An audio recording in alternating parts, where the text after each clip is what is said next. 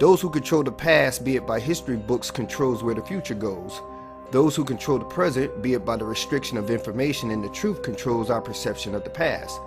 But now they use new technology to change the past literally, what we today call the Mandela Effect. Everyone has their own version of what's causing the Mandela Effect. A lot still believe we died and shifted to a parallel universe. But if we shifted, why are there even residues? Plenty of people still believe the merging of parallel universes, which I believed at first. I was all on board for it till questions started popping up like, if we merge, why is this reality so dominant over our old one? If we merge, why aren't there two of everything mixed? For example, why aren't there two statues of liberties, one on Liberty Island and one on Ellis Island? I myself still stuck on the simulated reality theory. It's the only one that answers most questions. Author Philip K. Dick told us back in the 70s that we were living in a simulated reality. I know of no one who has ever made this claim before, but I rather suspect that my experience is not unique.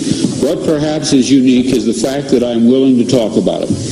We are living in a computer-programmed reality, and the only clue we have to it is when some variable is changed and some alteration in our reality occurs. We would have the overwhelming impression that we were reliving the present, déjà vu, perhaps in precisely the same way, hearing the same words, saying the same words. I submit that these impressions are valid and significant, and I will even say this: such an impression is a clue that at some past time point a variable was changed, reprogrammed as it were, and that because of this an alternative world branched off. Of course they clowned them for it back then. FYI, that particular video is being deleted off YouTube. There's only a couple of them left.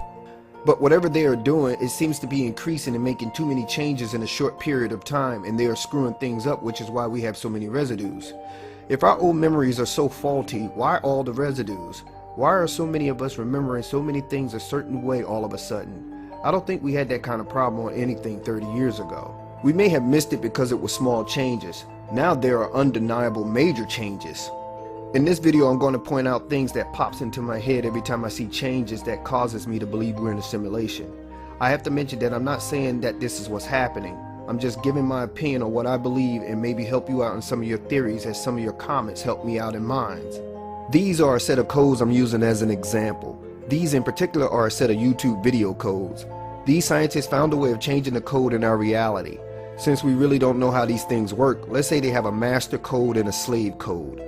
They might make a small change to a slave code by changing the value of a code from a 2 to a 3 and it adds a K to the Chick-fil-A logo, same font. Which is why it doesn't change in certain newspaper when residue appears because it's in different fonts. When they decide to change a master code, like all major corporations, that has a particular string of codes that changes all capital letter A's to an upside down V. Change one code in a string, all strings with that code changes.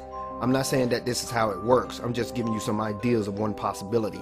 Another tidbit, maybe their goal is not to turn them into triangles representing the all-seeing eye. These could be chevrons. They're everywhere.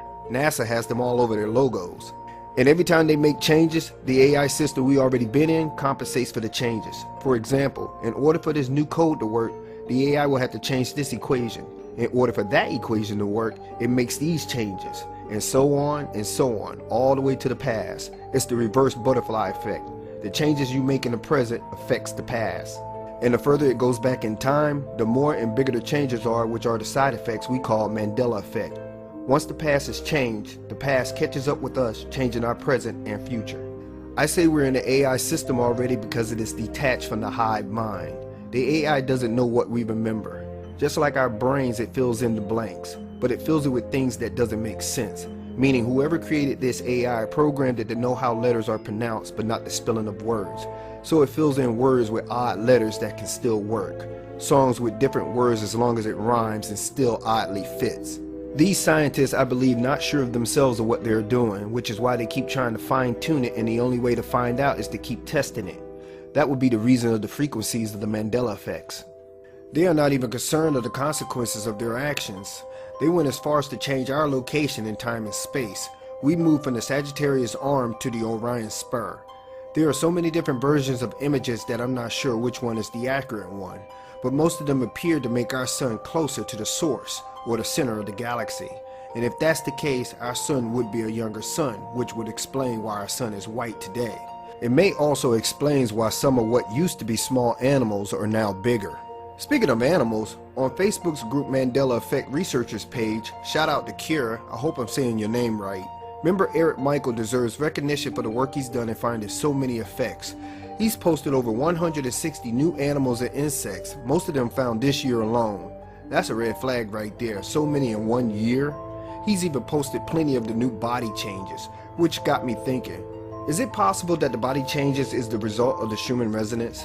What if the Schumann resonance is causing our bodies to change like the frequency changes these sand patterns?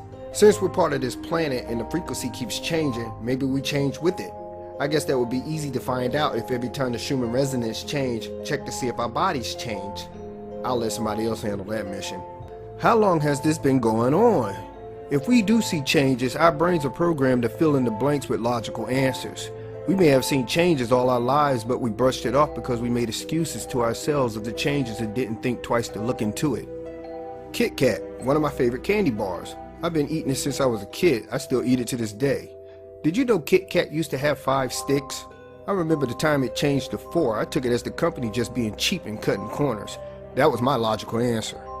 I remember when Fruit Loops and Captain Crunch changed. I thought for Fruit Loops change was the company's idea to change the colors and the shapes to get the children's attention. And for Captain Crunch was to adapt to the changing kids' slang at the time. I mean really, who really cares enough to look into it? If I felt the need to research why the changes at the time and found out that it always been that way, I would have really thought I was going crazy. Like the Statue of Liberty. Always thought the statue was on Ellis Island, and to find out it was on Liberty Island? I wonder how I got that twisted like that, and chalked it up as I must have heard it wrong. One thing I know for sure is that it was Ellis Island. My point here is that our brain always fill in the blanks with logical answers instead of questioning the blanks. I'm not sure why. Maybe because we've been programmed that way. Take this card trick. If you ever seen this trick, I'm about to ruin it for you.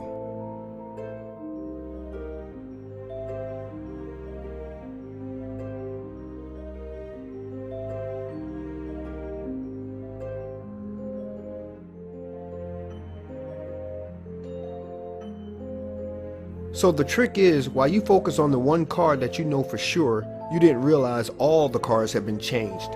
Unless you were paying attention, by default your brain will assume the remaining cards never changed.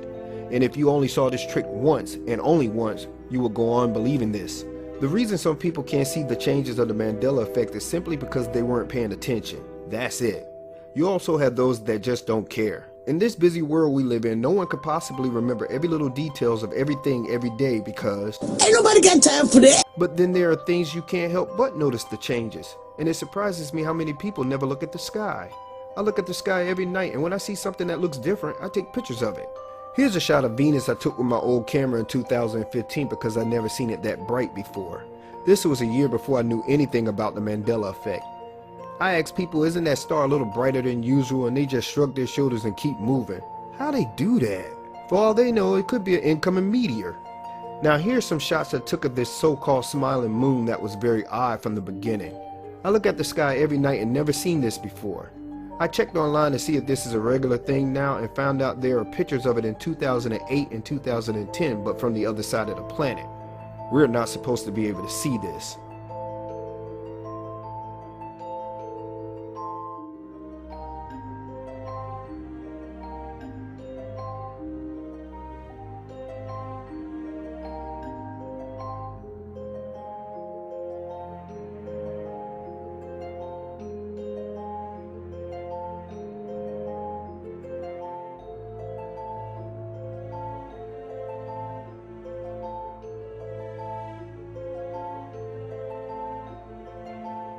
Did CERN knock us off our planetary alignment? I have some things to say about CERN too. Maybe CERN is not the cause of the Mandela Effect. The reason I say that is because China now wants to build their own larger Hadron Collider. So why would you need a bigger Hadron Collider just to change logos and create mandanimals? Pretty much the same thing the smaller one does. I think it's because they want to open a bigger door. What are they trying to let in? Just throwing this out there, since the Large Hadron Collider is basically a gigantic magnet, what if it's affecting the Earth's magnetic field, causing dimples in it and possibly openings at the points of the dimples? Could that be the reason we having these record-breaking hot summers? As you can see, I've gone a little off topic there. So much things going on, I figure I mention them before I forget. Even though for me, the simulation theory answers all my questions, but there is still the one question I haven't figured out yet. How come some of these people keep coming back to life and dying a second time? And while I'm thinking about it, are there people out there we think are alive today but have been dead for years?